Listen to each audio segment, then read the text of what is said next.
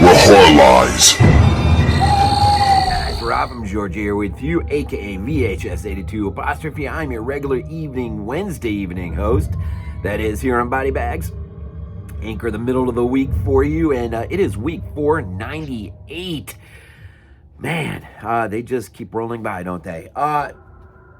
This is the second week in, and so this is what we like to think of as our label week.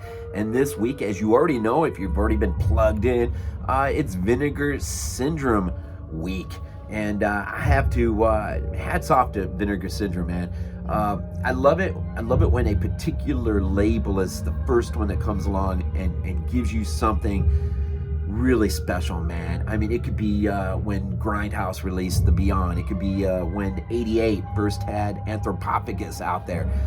It could be Arrow's incredible box set for Phantasm franchise. And now here's a movie, man. Here's a movie that goes back a ways. I'm going to show you. The disc and all that jazz. But I gotta say, man, this is one of those. It's been a long time in coming to have this film in my possession, and remarkably, this film's never been reviewed on BodyBags, which really does amaze me. But although it hasn't really had a proper release until now, but going back into the Gore Zone days, man, The Laughing Dead, S.P. Somtow. I'm not even gonna try to say his last name. This guy, man, put out an incredible movie, man. Lower tier, low budget, but a bigger budget that was anticipated, but really anchors itself in the special effects feast delivered by one John Carl Buechler. And I have to say, man, I have to confess something before all of you. I was checking out, there's not a lot of extras here on this disc. But I was checking out the making of it earlier, and I'm just thinking, man, and I know what you're gonna think. Some of you are gonna think this. I'm like, where's Buechler, man? Where's the special effects feast, man? I want to see some of this stuff, and I'm just like, I had completely forgotten that we lost him in 2019, and so Vinegar Syndrome put this out in 21, and so unfortunately, Buechler couldn't be part of the. I mean, he might have sat there with the director and did the commentary for all we know, but he definitely would have been part of the bigger, instead of 36 minutes, that documentary probably would have ran an hour, I'm sure, 20 minutes just for him and his stuff. But way back, man, I don't know if there's a September 9th, no, it's not the 9th, but it's number 9, issue number 9, September, I don't know what the year is, I am curious though. 89, September 89. So this movie, man, I read the article in here, and I'm gonna get into it, man. I'm gonna get into it. But I just wanted to point this out, man. The value of having piles of these magazines, going back and looking, finding films and seeing if they got a release, an updated release or whatever. But I remember reading this thing over and over, and I'm thinking, man, I want to see this movie so stinking bad. And, and it's one of those movies that just, it sits on the back burner, and, I knew Buechler was part of it, and, but man, look at that cover, man. And I'm just like, man, I so badly want it, man. Yeah, that needs to be said. S.P. Somtow, man, he was part of the splatterpunk movement in the 80s, early 90s maybe, late, mid-80s, whatever. But here it is, man, all of its glory, man. The Laughing Dead. Funny, I was listening to a podcast the other day, and they must have done the podcast before this release, because they were, I guess they had watched really miserable transfers. And they were listing a few companies they wished would get a hold of this. And wait, you know what? Vinegar Syndrome was one of them. And sure enough, look who got it. Vinegar Syndrome. Reversible cover art inside. Now, we mostly are talking about label. The labels, right? It has a commentary with S.P. Somtow. And then 36-minute documentary, which is a lot of fun to watch. It's 36 minutes is kind of short, but if Beekler was still with us, I'm sure it'd be a lot longer because we would have got pretty deep into the special effects. And this is, you learn a lot, man. God, look at that cover art, man. This is one of the rare instances where I appreciate the alternative work even more than the original release. That is just sick, man. So anyway, so the movie. Let's just, Father Sullivan is, primarily he's sort of our protagonist slash antagonist, to be. He's, this movie really basically just deals with a Catholic priest, Father Sullivan, who he's got a skeleton or two in his closet, and they're about to bust that door down, just like the zombie man in Olga's room, man, in Zombie just comes barging through. Some skeleton's gonna come barging through, man, in the form of an ex-nun who got run out of the church because he had, let's just say he had an affair of sorts with her, and did some things with her he ought not to have done, or he should have just left the church. Now that's the Catholic Church, right? It's not quite the same across the spectrum that is the Christian Church, but in the Catholic Church, this is one of those big no-nos if you're a priest, right? And so she ends up getting tossed out, and then she's gone for several years, man. And so he is, but he can't let her go, man. He really just obsesses over an old photograph of her, and she's in her nunnery stuff, and he just can't not obsess about her. Well, he's about to lead a archaeological, expedition, and it's to somewhere in Mexico, I think, or no, I think it's actually supposed to be the Yucatan, maybe, something to that effect. It was shot in Tucson. Yeah, it was shot in Tucson on the same lot as, say, Rio Bravo and some of the other most famous westerns. Anyways, he takes it's a handful, a collage of people on this bus, church bus, and they're on their way down there. And of course, they stopped at this bus stop, and lo and behold, who comes up onto the bus? It is Tess, now known as Tess, the former nun, who had a relationship with him, and her boy, who is technically his son, who has got quite a mouth on him.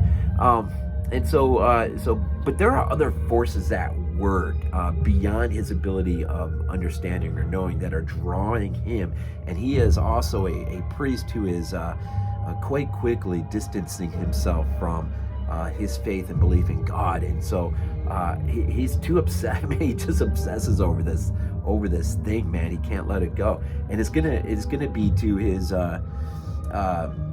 it's not gonna be good for him. These are other weird forces that are just sort of pulling him in and setting him up for a possession in order to the main antagonist of the film is trying to basically get out of where he's in, but he's got to have someone replace him, and so Father Sullivan is going to be that guy, right? And so this movie's weird, man. SP Somtow, I mean, he was a known composer. He wrote, was recognized horror fantasy writer, had a lot of friends who were also recognized horror fantasy writers. And they all just got together one day and just said, let's do a movie, man. Let's make a movie. And things just work out the right way. And maybe the greatest gift was Beekler coming into the whole picture.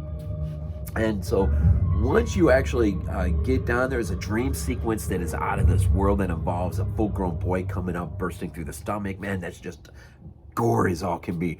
And then there's, of course, the possession where he gets asked to deal with this possessed girl, and of course he begins with, well, I really don't believe in God anymore, yet you're gonna try to do an exorcism, and that's gonna go bad, and it does for him. And then of course he's got this boy that he's trying to reconnect with, who really initially doesn't want anything to do with him, but then there's reconciliation over the span of the rest of the film. But really the main gist of this film, man, the real engine is is Buechler's special effects, man.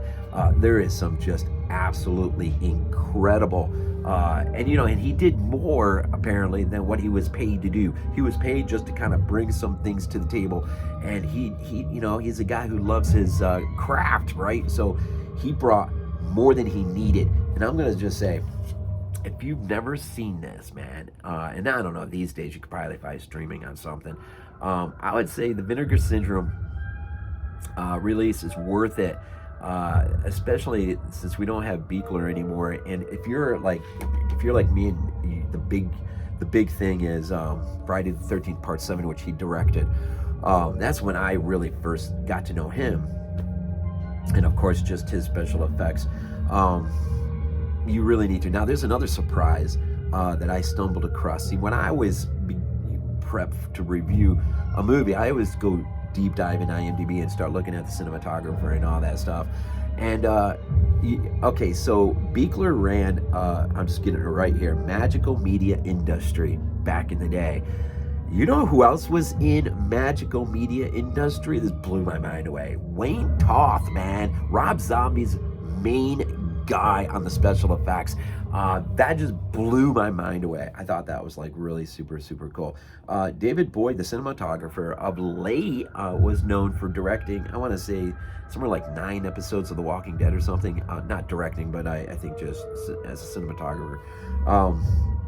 And the set decorator also had worked on Nightmare on Elm Street 3 as a set decorator.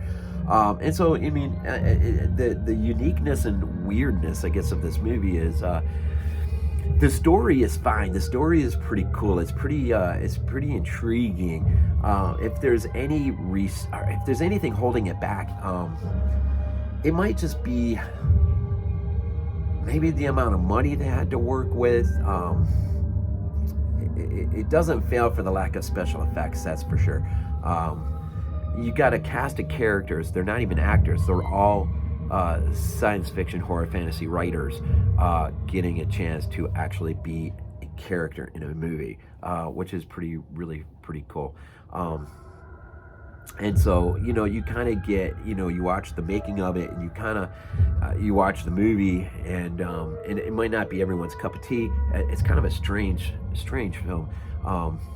And it's, of course, a lot of possession, just a lot of, I guess, the Yucatan Peninsula, the Mayan lore and superstition, and just the arts, the black arts or whatever. I don't know. I'm just so it's kind of like comes in. Somtow actually plays the main antagonist, bad guy, and he's a lot of fun to watch. Sullivan's a lot of fun to watch. These characters, they bring what they can bring, and it's at the end of the day, it's not a bad job at all. I mean, I don't know when I'll revisit this, but I definitely will revisit it, and I'm definitely going to go back and have a reread again. And I wish there was a few more extras on this thing. But with a movie like The Laughing Dead, it's probably hard to get your hands on a lot of stuff, like a lot of normal movies that had normal distribution, normal releases. This one was probably more favored international release than domestic release back in the day. I'm not even sure if it got a VHS release back in the day. I don't think so. But The Laughing Dead, kind of an oddball, strange movie. Directed by a guy that I wish he would have gone on to a more celebrated movie career, because I think he shows a lot of potential in this. Now, again, he's a composer, he's a writer. There's no lack of work for him. He's working and doing all that he wants to do. I just thought it would have been cool if he would have just really found a niche in the horror genre and done some big things. But anyways, so The Laughing Dead from 1989, Vinegar Syndrome comes through with beautiful artwork and a few nice extras. And finally, after all of these years, finally in my collection, and was really glad to check it out last night. So, The Laughing Dead, SP Somtow. Check it out. As always, we end these things off with Go Bills. This is not a dream.